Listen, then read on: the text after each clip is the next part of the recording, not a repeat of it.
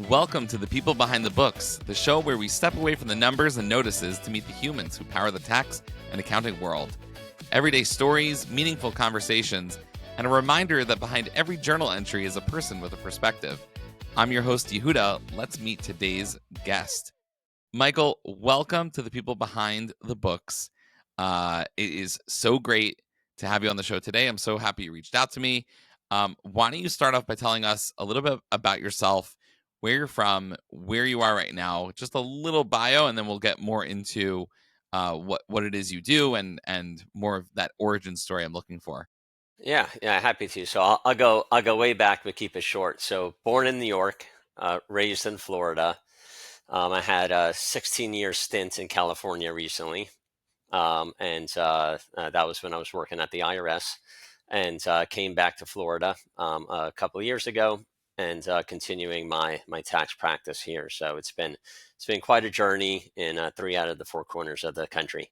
Nice. I was going to say you managed to pick one state with no taxes and then the other two states with lots of taxes. Yes, and the one I should say, Florida, I deliberately picked was my pick. The other two, I was either born into or I went for an opportunity Right. with the IRS. Yeah, that decision to move to a no income tax state was definitely deliberate. And where are you now? So I'm in Tampa, Florida now. Okay, now you're based in Florida. Okay, nice. You made it. You made it out of California. They California didn't manage to tax you on the way out, did they? Let's keep our fingers crossed. They have not, and hopefully they don't come knocking. But it's kind of like that song where it says you could check out, but you can never leave. Exactly. There are a lot of residency audits and lots of stuff that happens and that are originated in the state of California. So even if you're physically somewhere else, they might still come after you. Right, right. So tell me a little bit about that journey. You said you started off in New York and then you were raised in Florida. Did you like where did you go to school? Did you go to school in Florida? Did you go into the tax and accounting world immediately after that? So I was around 9 or 10 years old when we moved down from New York to Florida, and grew up in the southern part of Florida. Went to elementary school there, middle school, high school, and college. It was 2003 when I graduated from college, and the market was still in the tank from the events of 9/11. And Mhm. I was desperate for work. Right, I graduated. I'm a college student, a former college student. I'm ready to hit the ground running and make some money, make some wealth, and try to build a comfortable life. The market was really bad. I was doing everything I was supposed to be doing in school, and job searching and all that stuff. So I was diligently, going from job fair to job fair, putting out resumes, right? And again, this is 2003, so things were a little bit different, right? You have all these websites with you upload your resume and all the other stuff. Some people I guess are still doing now, but that was the height of that process. So I was doing that, hundreds and hundreds of resumes, hundreds of applications, maybe even more than hundreds. And, the IRS was one of the vendors at one of these job fairs I was at. And I was going from, desk from table to table, right? Across the entire perimeter, I would start, and then I would go into the middle, make sure I hit every single employer that was there, looking for an opportunity.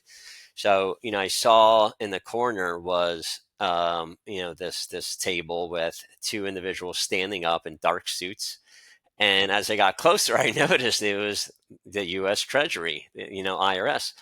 And as I was going from table to table, I had to make a decision. Am I going to skip this table, right, with the big bad IRS that we're supposed to be scared of, or am I going to be diligent and make sure I stop there and see exactly, who they are, what they're doing, and what opportunities? So I ended up stopping there, um, and uh, and it was 8 years in the belly of the beast, which we could talk about, and ended up Wait, getting that job I so was looking for. yeah, so I guess I want to ask you, did you go to college for taxes or for accounting? Like when I mean, what was the connection that when you saw that IRS table, you thought to yourself, "Hey, maybe this is something that would work for me." Yeah, my undergrad was business with a concentration in management information systems. And so I did take some accounting because we were required to for the College of Business, but it wasn't something I was actually seeking out. So I did just kind of stumble into this world. But what I did want to do, and I was focused on from the beginning, was work for myself. So as I So you was thought, if I'm going to work for myself, might as well start with the one of the largest organizations in the country. Right, right. One of the most beloved, right? I mean, it really was at that point. It was desperation, right? And in combination with, okay, how am I going to use this? The lay of the land, that the cards that I was dealt at this moment with this marketplace, and then redirect to my ultimate goal, which is working for myself. So again, I was diligent, and I was trying to see what opportunities are there. But no, I wasn't pursuing anything in the tax and accounting world from the start. I was pursuing working for myself, entrepreneurship, and the funny thing is, I did end up in a way using this management information systems, this IT and this business kind of combination. Now in what I'm doing today. But it was, I considered the IRS position paid training.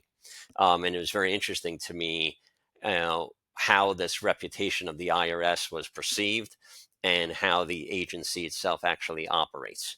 And even to Mhm. this day, it's a very interesting dynamic between how taxpayers view, or were, told to view the agency, versus how the agency actually operates. Yeah.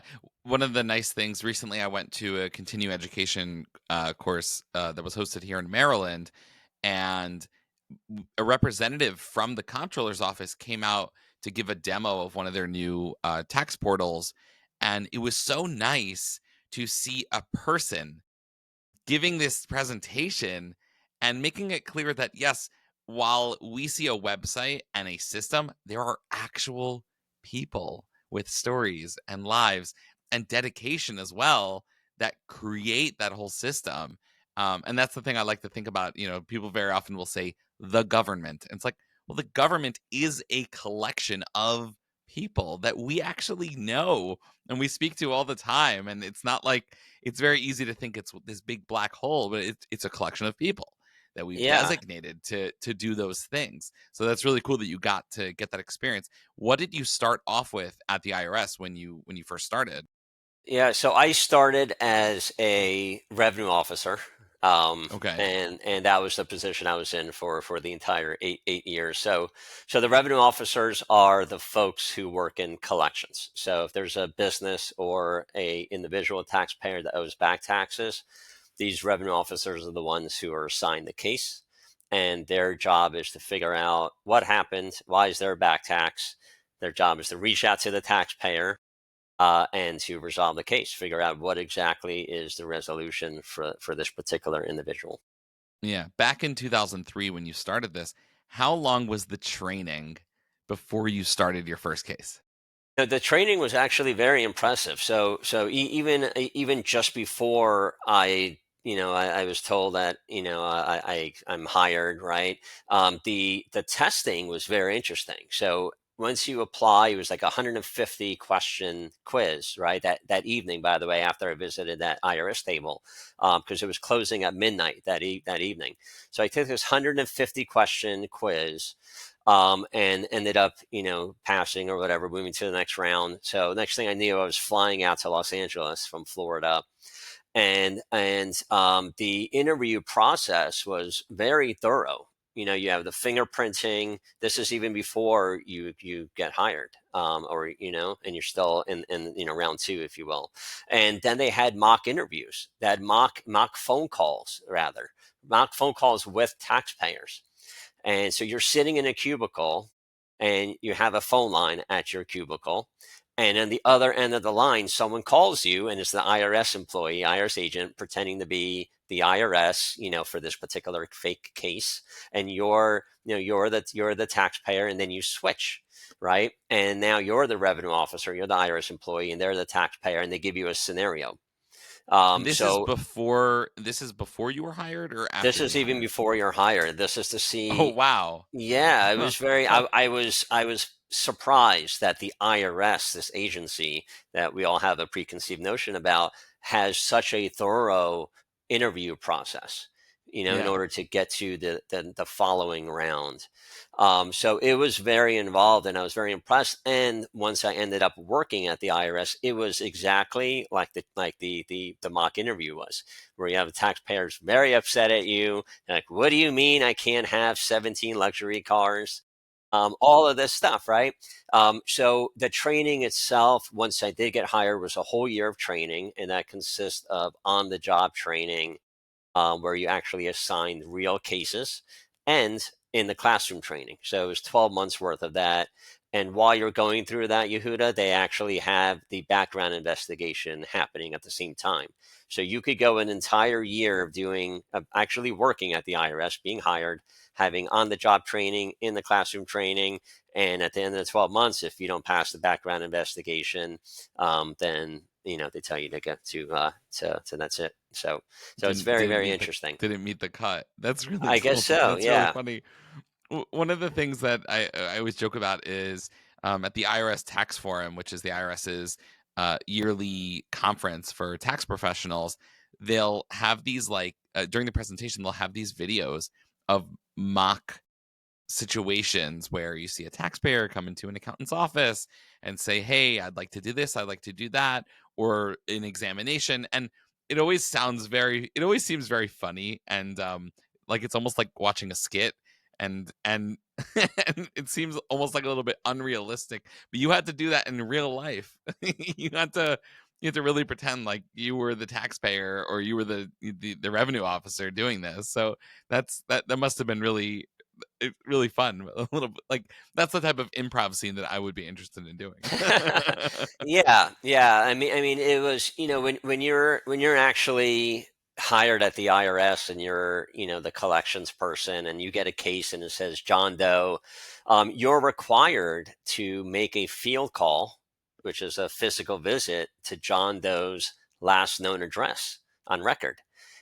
So you have to go as part of your responsibility and visit John Doe. I mean, these are the cases that end up coming down from the service center to a local IRS office and assigned to the revenue officer. So in other words, these Mhm. taxpayers got a whole bunch of letters and notices already in the mail.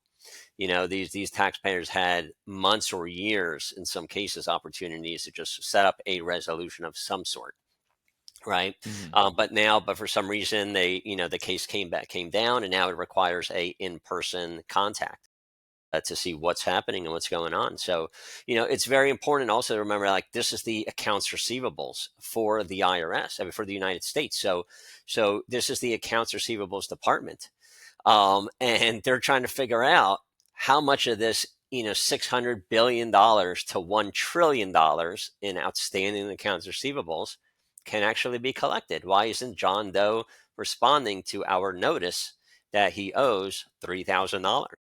Or 300,000 or $3 million? Like, what is going on with this guy John Doe, right? So now they need a human being to go out there. So it's, it makes sense logically, how an organization has an accounts receivables department, and the people are not responding to regular communication. So now you need someone to go out. But Yeah. it was very nerve-wracking. You don't, as a revenue officer, I never really enjoyed going out. I liked interacting with the taxpayers, but I never really liked making the field call to the last known address, because you never know what's going to happen. Right. Right. I was gonna ask you, like, what was that like going on your first few field calls where you really have no idea. It's not like you're CI and you come armed. You have no idea what you are walking into. You don't know this taxpayer. Yes, they're a taxpayer, but that means absolutely nothing in terms of safety, in terms of coherence, or the ability to actually reach out to them and and and make sure there's no threats? And like, how do they train you? Like, if you see something too fishy, then you're allowed to walk away. Like, how does that even work? And I would assume most taxpayers are usually reasonable people, but just drowning in debt, which, hey, it happens. But Yeah. like, how do you even begin to approach that? It is part of the training in a way. They go over kind of how to make a field call, how to get out there, where to park your car. You have the option of taking the G car, we call it, right? The government car. So Okay. it's not your license plate on there. That's And smart. you also end up shadowing some of the other revenue officers on their field calls. So there's some training. I mean, I had, as part of your responsibilities when you get a case, you have to do your research on the case. So like, who's the taxpayer? What periods do they owe? How much do they owe? Can you figure out what happened? So part of that, when you're doing your proper diligence and research before you even get out there, or at least have an idea of who the taxpayer is. At least I did. I was very thorough in the research because I want to know exactly, everything I can on the taxpayer. And I had one in particular I remember where I was doing my research, and this taxpayer was in his late 20s, but he had a massive history of having IRS issues already. But even more so, that was trumped by his massive criminal history. So he had a long history of years of arrests, of indictments, and all sorts of stuff, right? So when I initially saw that, I submitted a request to the other side of the IRS, which is the special agents, right? The Criminal Investigation Division. Yeah, And the ones and that actually come armed. they're the ones who are actually armed. Yeah. So I said, can you please do research on this particular taxpayer, because I need to do a field call and I need to know, what the deal is, right? So like, I need as many details as possible. So they did a search. They gave me back the entire laundry list of all his, criminal complaints and the rest. And long story short, I still had to make a field call. But I had these special agents come with me on that day, so that I had an armed escort in case the guy answered the door and, was maybe hostile. So the revenue officers are not armed. What the news is out there. These are just regular administrative IRS employees, but there's a little Yeah. tiny fraction of the IRS employees that are really law enforcement, and they're the ones that are armed. So I utilized those guys that day. Yeah, yeah. And so, did you ever have the opportunity, as a revenue agent, to deal with an accountant or like a tax preparer? Did you ever have to do that? Yeah, Where, all the time, and that's well, really. I'm not even asking if if, like, the person who prepared the taxes, but like where the accountant themselves. I see stories like this from CI come out all the time, where like accountants themselves will be super delinquent, and it's always like so baffling to me. Like, how could you do that? Yeah, that's a really good point and interesting nuance. So yes, so I did. I mean, by virtue of being in Los Angeles, which is where the IRS office was that I was working at, I had all kinds of taxpayers, including celebrities, high profile people, all sorts of folks, and Can I you did tell us? have. Can you tell us any I celebrities? It's okay. well, Probably not. if you put it in Google or an AI, name some people who had some tax problems with the IRS. You'll see a list of some folks that may not have been assigned to me, but there definitely were, a whole bunch of different professions. So I had accountants, yes, I had tax preparers. I actually had Yehuda. I had power of attorneys. I had tax representatives that do Yeah. tax controversy work. They were in my inventory at the same time that they were the POA, the power of attorney, for a different taxpayer in my inventory. Right. So in other words, when I call the power of attorney, we discuss both cases, his own personal case and also the case of, one of his clients. That makes me so like I have a lot of mixed feelings about that. Like, how could you even do that? And now listen, I do understand the trope of, like, the shoemaker's kids don't have shoes, as I'm usually always the last, the last tax return to file in October. which is my own. Although this past year, I decided, I said, I am not waiting around. I am going to get this done. Priority. I have to prioritize myself, because if I don't prioritize myself, then I can't have things running smoothly. So I decided this year I'm going to make sure to not go on extension and file on time. And I still did go on extension, but I filed much earlier than the prior year. That's for sure. So, but that must be so. I mean, you almost feel bad for the clients that are being represented by someone who themselves is getting into trouble, and it's almost like, what do you even do? Yeah, yeah. I mean, I have to say, in all fairness, these particular balance due cases, right? These back taxes. I mean, 9 out of 10 of these taxpayers are, they ran into the problem for various reasons. So these are not like tax evasion cases or criminal cases Right. or things like that. These are just regular folks that fell behind on the back taxes for Yeah. various reasons. It could be personal reasons, financial reasons, things of Or that just, nature. I mean, I just spoke to someone today, potential new client, where this person owes a large amount of money just from the fact that they've been being paid as a 1099 contractor for the past bunch of years. And very often people just don't realize, oh, I actually have to pay estimated taxes. And they went from accountant to accountant, and they couldn't find someone who would actually take responsibility to guide them through the process of getting everything cleaned up. So I totally understand. Even for my best clients, sometimes it's tough to make those payments and pay attention to the details. So I can only imagine for people who, life is just busy. I mean, it's tough, and it's not like they teach this to you in school. Like, there's no, I mean, maybe college, but there's no class in high school on federal taxes There's or state nothing. Yeah, I mean, taxes. there really is nothing, and the IRS itself, doesn't do a great job of explaining things in a way that makes sense for most. So there's a lot of great information on their website, but it's sporadic and it's all over the place. All Uh, over the so place. there And really needs to be, like a IRS 101 type, video or course on what to do. Because I mean, I have to tell you, it's been 21 years dealing with back taxes, and I've seen a lot of stuff and spoke with a lot of people, across the country at different ages, different backgrounds, and I still have people today who are born here and grew up here in the United States, and they're in their 50s and 60s, and they don't even know what the due date of taxes is. They don't know April 15th. They're not sure what to do with the W-2 that they get. They don't understand basics, and it's very shocking every time, like, they ask me, like, what's the due date? And like April 15th doesn't even ring a bell in their head sometimes. And so there's a massive lack of proper education when it comes to taxes, in addition to other things.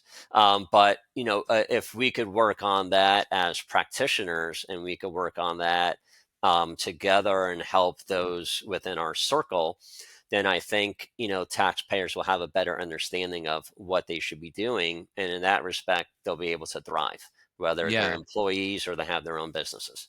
totally. And we're in this funny time where now there's almost a proliferation of tax information on the internet. And there's a great, amazing part to that. And then there's the downside of that, where I'm sure you see it all the time. I'm sure you speak to clients all the time that are like, hey, I heard that I could make an S Corp and then write off my Bugatti and go get a G Wagon. And you're like, buddy, you wash dishes in a restaurant. Like, you don't even have your own business. And there's just so much misconception, and we have to constantly be educating. Part of that, you know, what I encourage everyone to do is make sure whoever it is you're using is a credentialed professional. So I'm an enrolled agent. You're if I'm not mistaken, you're also an enrolled agent, correct? And so, we hope that credentialed professionals are going to put out good information. And now I know part of what you do with with your website and with your practice is you help educate clients, not just to help them with representing them, but also to educate them exactly what to do. Because there is, even with credentialed professionals, there's still plenty of misinformation out there. And so when I looked into your website, it reminded me. I don't know if you ever watched the movie The Incredibles, but there's this great scene where Mr. Incredible, who is because even though he's a superhero, but because of everything going on, he's forced to just live the mundane life of a regular insurance worker, and he's sitting in this little cubicle with this elderly woman. This is an animated film. Have you watched The Incredibles or no? I have the book. My kids have the book, and when I Okay, read the okay. book to them, they So have that section. Yeah. so you know what I'm talking about. And Mr. Incredible is talking to this lady, and she's crying because her insurance, the insurance company denied her claim, and she's so upset, and she's not going to have any money. And and he goes, okay, listen, here's what you're gonna do. He whispers to her, you're gonna go to this form. I did not tell you this, and you're gonna fill out this form. I did not tell you this. And quietly he's like giving her the inside information. And so that reminded me of you a little bit, because here you are, like, you were in the belly of the beast. You were at the IRS on the collection side, and now you're on the opposite side, explaining to people like, hey, there is a system. It is a bit complex, but let me break it down for you, and let me tell you exactly what to do, so that way you can get yourself out of that situation. When you what happened that got you to leave the IRS and start this whole journey of what the education and in your practice that you've been providing to taxpayers? Yeah, it was. I mean, it was. Again, it was kind of my desire from the start to be the decision maker, and what that means really is I wanted to do something where I could make the best decision possible for the customers, right, and for me and my future family at that time, right. And the commonality is when I was at the IRS, it was like you said, education.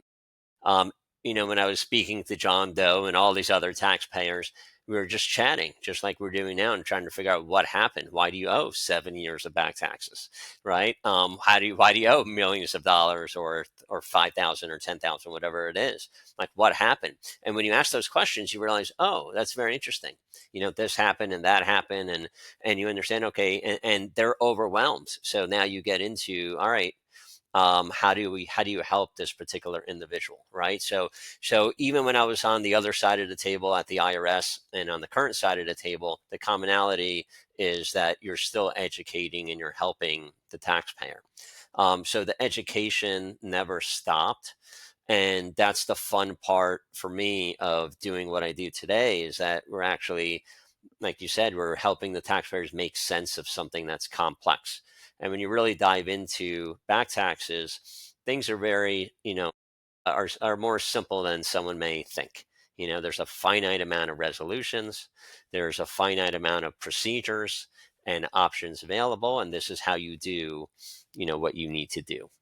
So we break it down very simply. So it's been really rewarding personally to be able to help people make sense. And at the end of the conversation, they say, "Oh, I'm so glad I found you. I'm so glad I talked to you. I feel so much calmer now." I mean, they say this. They say this all the time, and again, this comes to what you and I were saying earlier: is that people have this preconceived notion of the IRS, and that everything's going to, become a massive nightmare when you deal with the agency, and they're going to come after you, your firstborn. They're going to take your businesses and your car and your house and all this stuff. When the reality is, they don't even know who you are. The only reason they're sending you a letter is because you're in their inventory, and you just need to resolve the case in some resolution. Doesn't mean full payment. And then just they close out your case, and you can move on with your life, and go forward from there. Totally, totally. So when did you start your current firm? Like, when did you leave the IRS and start? So I left the IRS in 2012. Okay, so it's 2012. You form that LLC. You're like, okay, I'm putting my hat in the ring. And what was that startup like? How did you start getting your first clients? Was it just friends, family? Did you start with tax preparation, or did you go straight into the representation side of things? So I started with back taxes, and currently only doing back taxes. I never ventured out to anything except back taxes. So even So today, collections, 100%, no audits, nothing nothing. else, just No, no, collections. no audit. No tax preparation, no planning, no accounting, none of that stuff. We stick with what we know, which is back taxes. And there's plenty of people to help. And funny enough, my very first client, okay, when I put up my shingle, came from a was referred to me by a power of attorney that I had when I was at the IRS. Oh, So okay. I had a taxpayer case, and there's a power of attorney on that case, and both the taxpayer and the POA were in my inventory, right? And so the POA was the one who referred the taxpayer to me.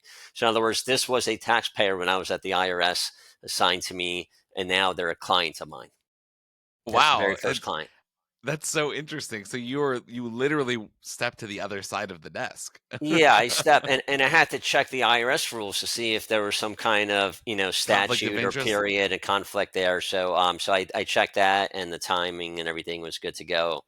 So I was able to take them That's up. so interesting. Yeah, that is very interesting, right? So like I had a very positive relationship with 99% of not only the taxpayers at the IRS, when I was at the IRS, but the power of attorneys.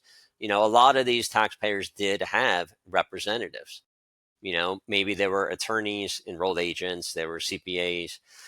Some of them most of them were just tax preparers. Some of them did tax controversy work, but we had a very positive, relationship, and you end up building that rapport. And over the years, a lot of those, the cases I had as clients came from those former power of attorneys in my inventory. That's great. That's really, really cool. I'm curious to get your opinion on this because I see this very often. Very often, the word resolution will be thrown around. I do tax resolution work, and I have like a little bit of a thing against that because you never really know if you're going to resolve your client's case. Uh, that's why I like the idea of representation better. Do you have any opinions on that? Yeah, that's a good distinction. So I see a lot of people are using tax relief, in a way that maybe they shouldn't. When it comes to resolution through representation, I think it'd be more accurate to say you do tax representation. At the same time, though, every case has a resolution of some sort.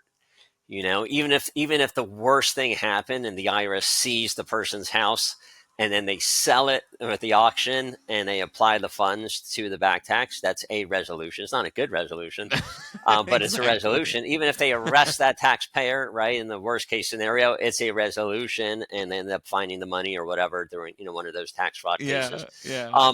So yeah, I mean, a lot of these words are used maybe in a way they shouldn't be used, especially like you said. You make a good point of the social media post and all the marketing. Yeah, But yeah. representation of a taxpayer, I think, would probably be more accurate and probably should be used in Right. in Or that those way. ads that say, the IRS has a brand new program. Let me tell you all about it. And it's like, no, there's no new And pennies on program. the dollar. Yeah. So I have a probably one of the more popular articles on our website is an expose of these tax scams, these tax relief scams.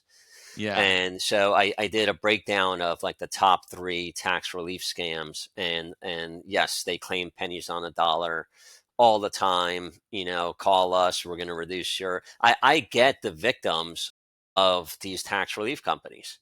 And even when I was at the IRS, I would talk with the power of attorney, and you could tell the ones who are not ethical. They're like, oh, we're gonna do this, we're gonna file that. You could file an appeal, it's not a problem, but there's no need to file an appeal. No one's doing any enforcement, but you could tell they're doing things to extend the case instead of resolving it because they want to charge more. Right. Or they're The giving worst. advice that doesn't even coincide with the rules of the IRS, with the manual and all the stuff. And then of course the advertisements about reducing your tax debt. So yeah, sadly we get a lot of the victims, and they volunteer information to us. They say, here, let me show you how much they charge me. Let me show you what they told me. They actually get pressured, these taxpayer victims, they get pressured by these tax relief companies to remove their Yelp reviews and their ratings. And then they have non disclosure agreements, which we have multiple copies of because they voluntarily shared with us, that they're not allowed to talk about why the tax relief company told them to remove the reviews, and how they paid them a tiny percentage back of what they scanned them out of in order to remove this rating and review, and so on and so on. I It's mean, I could go horrible. for, again, it's been 21 years. So when I was at the IRS, I saw this internally, and I Yeah. know all the companies, I know all the scam companies, and then I know all the ethical companies. And then in, last 13 years in private practice, sadly, I've seen, more details of the victims. Yeah, yeah, and it makes it really is so sad. And I'd say the flip side to that, it makes me much more excited to be an enrolled agent, because there are so many people that need help. I know we have like a massive shortage in this country of enrolled agents, of actual trained, properly trained representatives, to be able to help taxpayers. And I think it's showing on a constant basis, because it's the fact that these companies are able to, you know, like scam taxpayers and pressure them, because there just aren't enough accountants to go around. The advice I give to young aspiring accountants and tax preparers is, what's really nice about the journey right now is it really is a choose your own adventure. You want to go into representation, you can go into that. You want to go into, specifically corporate tax, you can go into that. Like there's so much opportunity. So I guess it's sort of like a silver lining there. And I would encourage anybody listening to this, like, if you are thinking of going into representation, become an enrolled agent. Be able to sign that 2848. It's so rewarding and worthwhile. And I'm sure you've experienced this in helping people, especially you're dealing with the people who are like down the line, everything's messed up and you need to fix up so much. It's when you go from, the beginning of the story to the end, where you've either gotten an abatement, or you've, managed to do an offer and compromise, and you've gotten to the end of collections, they're paid off, they're up to date, they're probably so relieved to just be done. They don't have the IRS's foot on their throat, and they can live again. So I know it's probably so rewarding to be able to see that. Yeah, it really is. Yeah, I mean, the IRS problem, when you actually dive into the case, is not the big problem in their life, but the IRS problem is affecting all their other problems, right? So, like, is creating other issues, and their ability to work, their ability to, even like their marriages. So we have a lot of cases where the husband and wife are going through marital problems. The IRS issue is a part of that and is part of the cause of that. But really, they need to get the IRS issue resolved so that they could reconcile, right? So that they could move on, so that they could handle, and take care of the kids. Or they could go, people could go out and buy their home or sell their home, because everyone's trying to do something in their life. And this IRS issue, like you said, is really weighing on them. So they need to get it resolved. So they're massively relieved when they get a resolution of some sort with the IRS. Now they could breathe, they could sleep better. They say all the time, "I can't sleep. I'm so stressed." All that stuff, and it's true. I mean, their kids are going through cancer.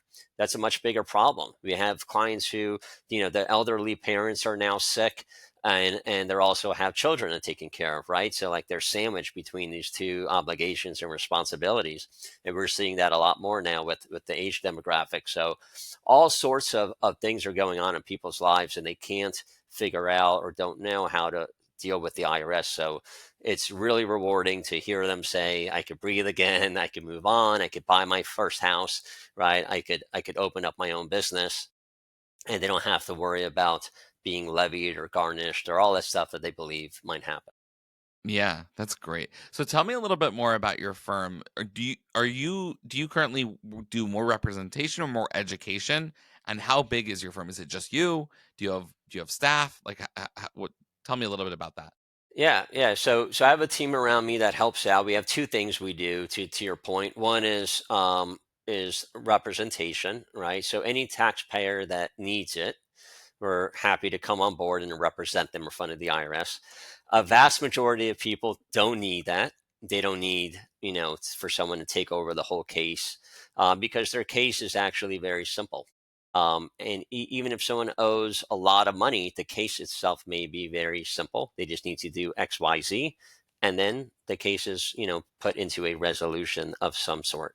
It might be a payment plan, it might be a hardship, whatever the resolution should be. So we have both. I have Landmark Tax Group, which is our service firm, and then we have irsvideos.com, which is the educational video courses. So it's me in video format explaining step by step, like you said earlier with Mr. Incredible, going step by step. This is exactly what you need to do, because it was years, Yehuda, where I was telling everyone verbally, do not hire us.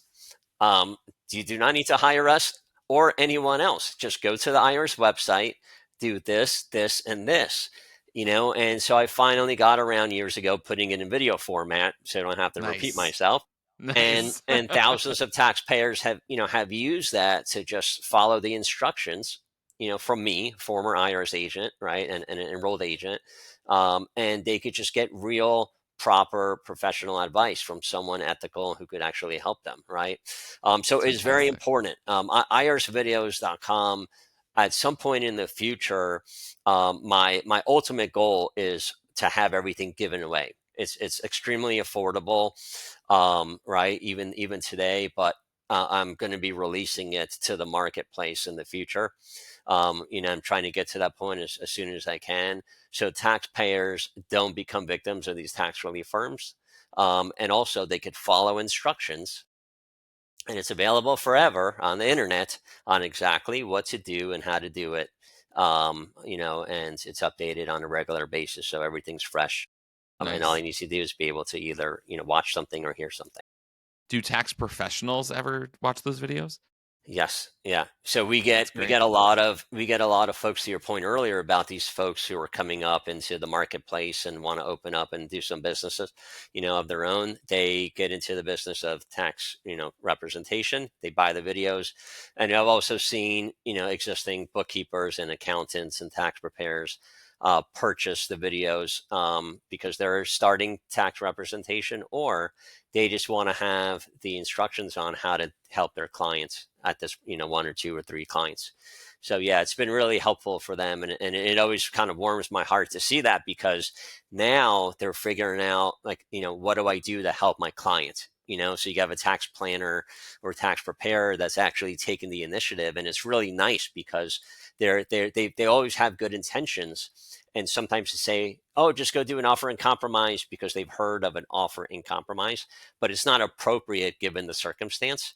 But now they're Right. actually being proactive, and they're like, all right, let me find out from someone who knows what I should be doing. And now we have proper education going down to the tax preparers and to the tax world, and eventually to the taxpayer. So the Nice. taxpayer doesn't have to rely on these social media posts and all these, these grandiose promises. Yeah. Do you ever do continuing education for tax professionals or enrolled agents? I do training. I don't do as much as I used to, because folks know that I do that, but I don't really advertise it too much, as much as I used to. But yeah, we do tax resolution training, for those Nice. folks who want it. Yeah. Nice. You got to just get it certified with some CE and you'll be good to go. Yeah, yeah, everyone loves their CE. I mean, for me, it's more of, and I'm happy to do, the group ones. It's one on one, for folks who need to resolve their cases or want to get into the tax representation world. But yeah, Great. yeah, everyone. It's now's the time of year. By the way, it's a good plug for everyone to go and get out and get their CE. Yes, yes. Now is the time. Don't come December 30th saying I need my ethics CE. Like, no, no, no, don't wait. Do it now. That's really awesome. Well, a couple just to like wrap things up. Aspirationally, I know there's like so much I feel like everyone's, there's this constant refrain of there's so much going on in the world. And that's like every single year, like my whole life. So I think there's always going to be lots of things going on in the world, but where do you see aspirationally the field of accounting and tax, and especially where you work in, like where do you feel it going? Because there are some people that are concerned that the IRS is going to disappear, which is I think a silly notion, but people have their legitimate concerns. Where do you see the profession going, and what are your aspirations for the future? Yeah, I mean, I see the IRS itself automating more. I know for a fact that they're working on some things that is supposed to be released sometime in the near future, that's going to help taxpayers more efficiently, get their back taxes taken care of. And I think the tax world in general is going to be kind of changing and adapting, especially with AI going on, and people are utilizing that. I think the people who are going to thrive in this area is going to be people who utilize AI not as a replacement for them, but as a tool. And so I think that's really important. I think folks, practitioners should be looking at that. And we might end up seeing this kind of wave where you have people utilizing AI and other technology. And then you end up having kind of another wave where people are, seeking out more human interaction. I think they're going to get tired of automation and robots and chats and artificial intelligence, and they're going to thrive, or they're going to really want that human connection. So Yeah, I think it'll kind of swing one way and then swing back another way.